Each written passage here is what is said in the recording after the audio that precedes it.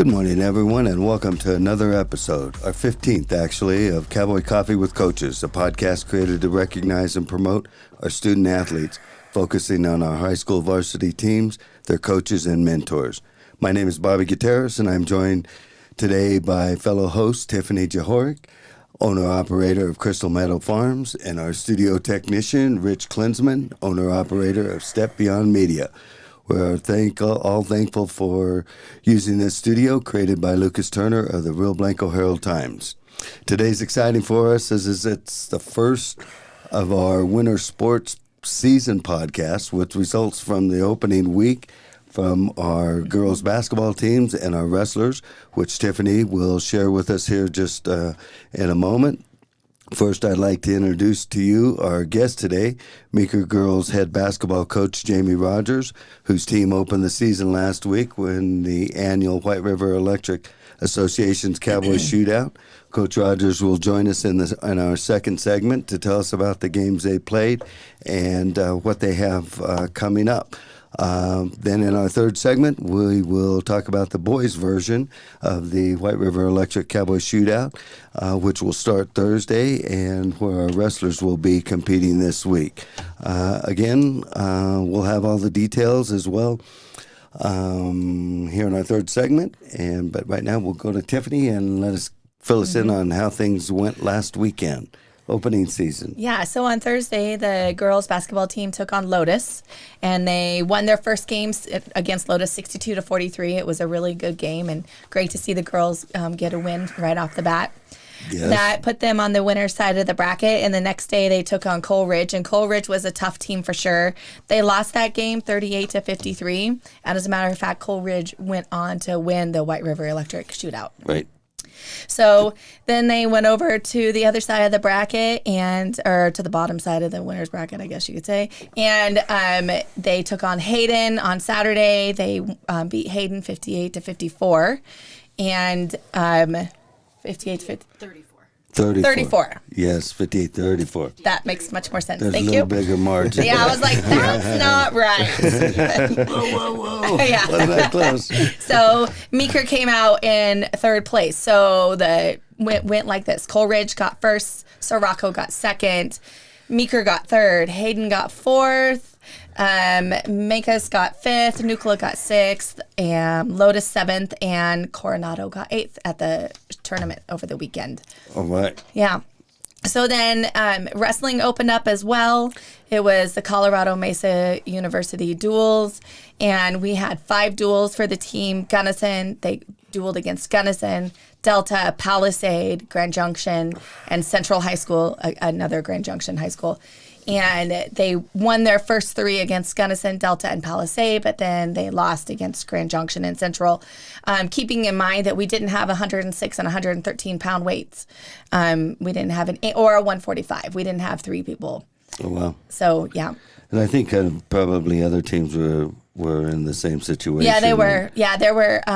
When we against Central, nobody had a 145. So a lot of the kids were at a JV tournament in Olathe, so it just gave them some opportunity to get their, get on the mat before they hit a varsity tournament.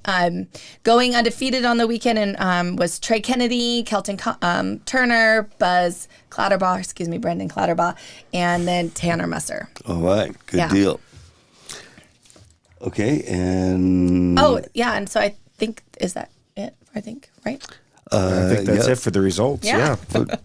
I do have some stuff on the 7th grade, the basketball, the 7th and 8th grade Barone Middle School basketball finished the season in their tournament. The 7th grade was undefeated, and they were coached by Amy Chin. She said they're a hardworking, dedicated group of athletes, and they played with discipline all season, and they're fun to watch. The Meeker 8th grade, or the Barone Middle School 8th grade teams, did not win any games in the district tournament. But bummer. Good job to them. Yeah. And also another thing on the results is Sarah Kraft was chosen to the all tournament team. All tournament team. Oh, good. Yes. So. Okay, we'll come right back with Coach Jamie Rogers. Crystal Meadow Farms is family-owned and operated, offering a wide range of CBD products. Coming from 5 generations of farming, Crystal Meadow Farms offers farm-to-table products. In-house CBD extraction using beverage-grade CO2 since 2019. They create a CBD oil without the use of harmful chemicals. Their retail products are handcrafted using organic and natural ingredients and are some of the strongest on the market. They offer a range of CBD tinctures, spa products, a pet line, gummies for day and night, and a large line of topicals.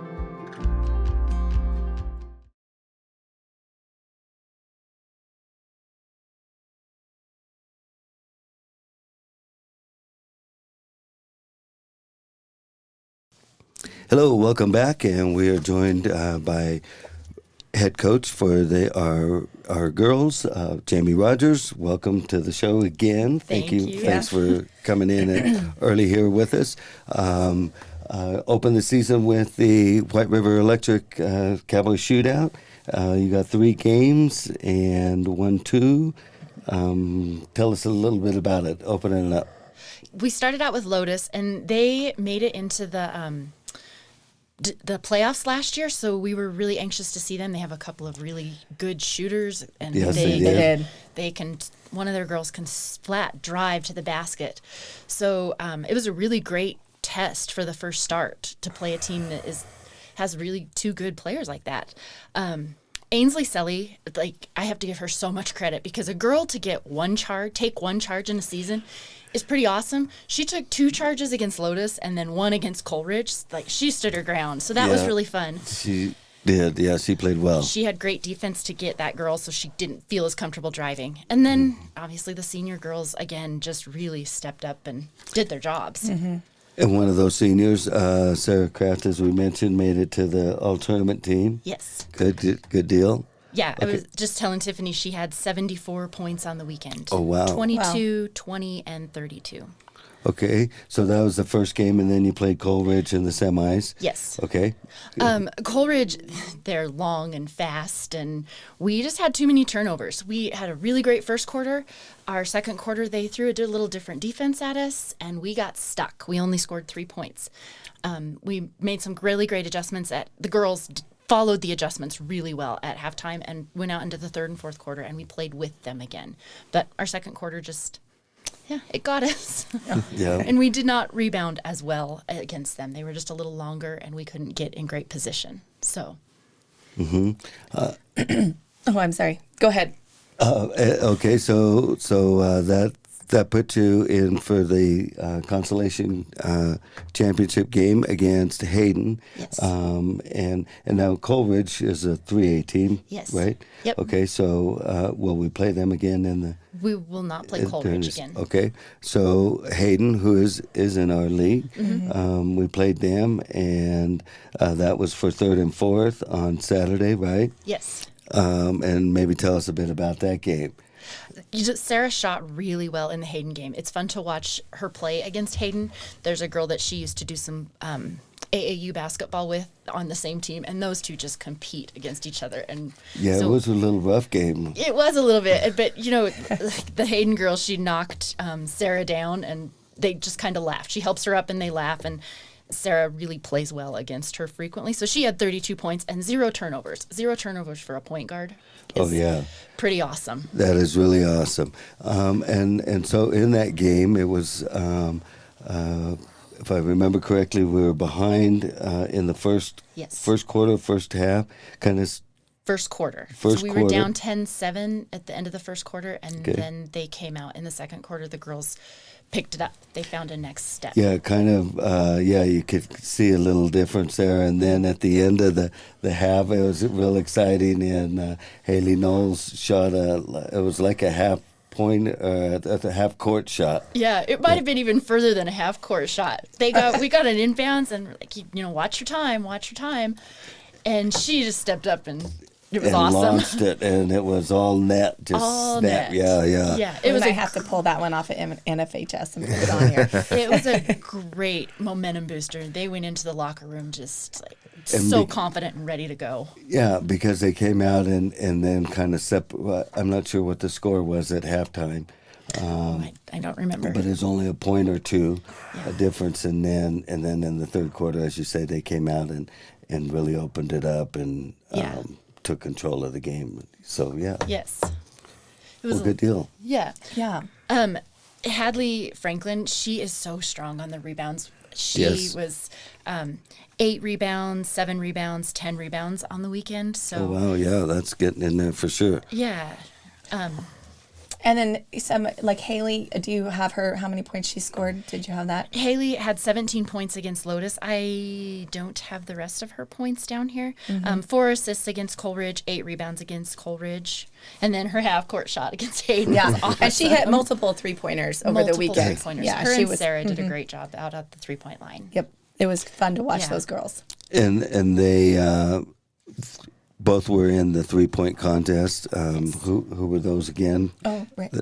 Sarah Kraft made it to the finals. Right. Haley Knowles was in the semis, and then Brie Garcia and Michaela Willie both also competed in it. And Brie Garcia, I was saying earlier, had to do a double overtime. So she shot 3-pointers for a minute, had to go into a 20-second overtime, and then another 20-second overtime. So Yeah, she shot a lot of 3-pointers. they looked a little tired each time they come off the court there after shooting those A those minute is a long 3-pointers. time. A minute is a long time. Yeah, and I think it was Haley who had the most in one that I saw. She made 9. Yeah.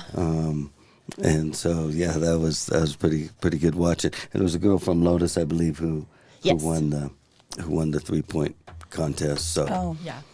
yes. Amana won. Yes. She was also the one driving to the basket, right? Yes. Yes, she was pretty good. She's very good. yeah, they only had 6-7 players on the 6 on girls. the team, 6 girls. Yeah, a lot of hustle and yeah, it was competitive and a good And game. is Good Lotus watching. in our league? Are they in our? They are 2A. They're out of Okay. Aurora or Arvada. I Okay. can't remember which So one. we could see them again. During postseason. Postseason. Mhm. Yes. And so now you are idle this weekend, and you run the concessions and kind of do the tournament for the boys. Is that correct? Correct. We will have the hospitality room and the concession stand. Okay, and then you come back before Christmas break with playing who? Vale Christian. Okay, where's that at? It is in Vale Christian, and it'll be our first league game. Okay, On the 17th, which is a Friday, I believe. Yes. okay, and then that's it for this year. Yeah, a couple of C games in there. We're excited to keep going with them. But as far as varsity, yes. That's And it. and then maybe kind of tell us a little bit about the B&C, how they ended up. They won some games as well this weekend. Both C team and JV's records were matched the varsity. They both had 2 wins and 1 loss on the weekend. We're really excited about what they are doing. Our JV has a nice group of junior girls that are being exceptional leaders, and then we have a pile of freshman girls on that C team and a few freshmen on the JV, and we're excited about the future of Meeker basketball. Good deal. Good. Good deal. Yes, there was a lot of basketball happening there A lot of basketball. last weekend for Yeah, sure. Yes. it was awesome to see all those younger kids get so many games over the weekend too. We so. were, Coach Kindler is awesome with our scheduling, and he's really working hard to get us games for our young girls. So I so appreciate that. Yes. Yeah, because that's kind of what keeps them interested in coming back and building the program for sure. Absolutely. So well, good job, Coach, and it was fun watching, and way to compete and open the season. What do you think? How do you kind of feel for how things are going to go? I am so excited about how the girls are playing together. They're working hard. It's going to be fun to watch that grow as they find. We've had a total of 5 practices with all the varsity girls there by the time we got them all back from their state volleyball rest. And Right. so 5 practices to watch them play like that is exciting to see where they can go. Okay. Yes. Good. Thanks. Yep, thanks, Jamie. We'll be back in just a moment and kind of tell you what's coming up this week in action. Stay tuned. Thank you. Thank you.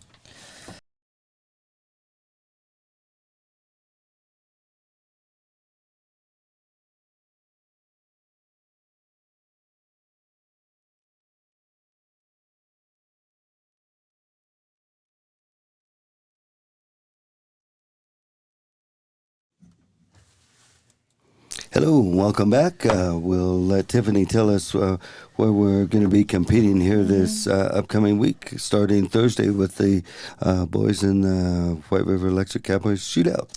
Yeah, so the teams in the shootout are, of course, Meeker, and they are hosting Longmont Christian, Aspen, Hayden, Mancus, Lotus, Palisade, and Sirocco.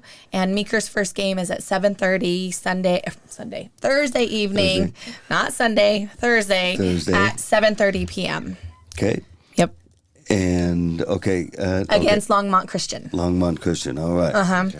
And then the boys varsity wrestling team will travel to Cedar Edge Friday evening, and they have a duel with Cedar Edge and Buena Vista, which is really good because Buena Vista usually has, and Cedar Edge both are two very tough wrestling teams. So that'll Buena Vista's ranked number 1, started the season ranked number 1, Cedar Edge number 4. So going to be real competitive, real quick. So yep, and that's great. That's exactly what the boys need.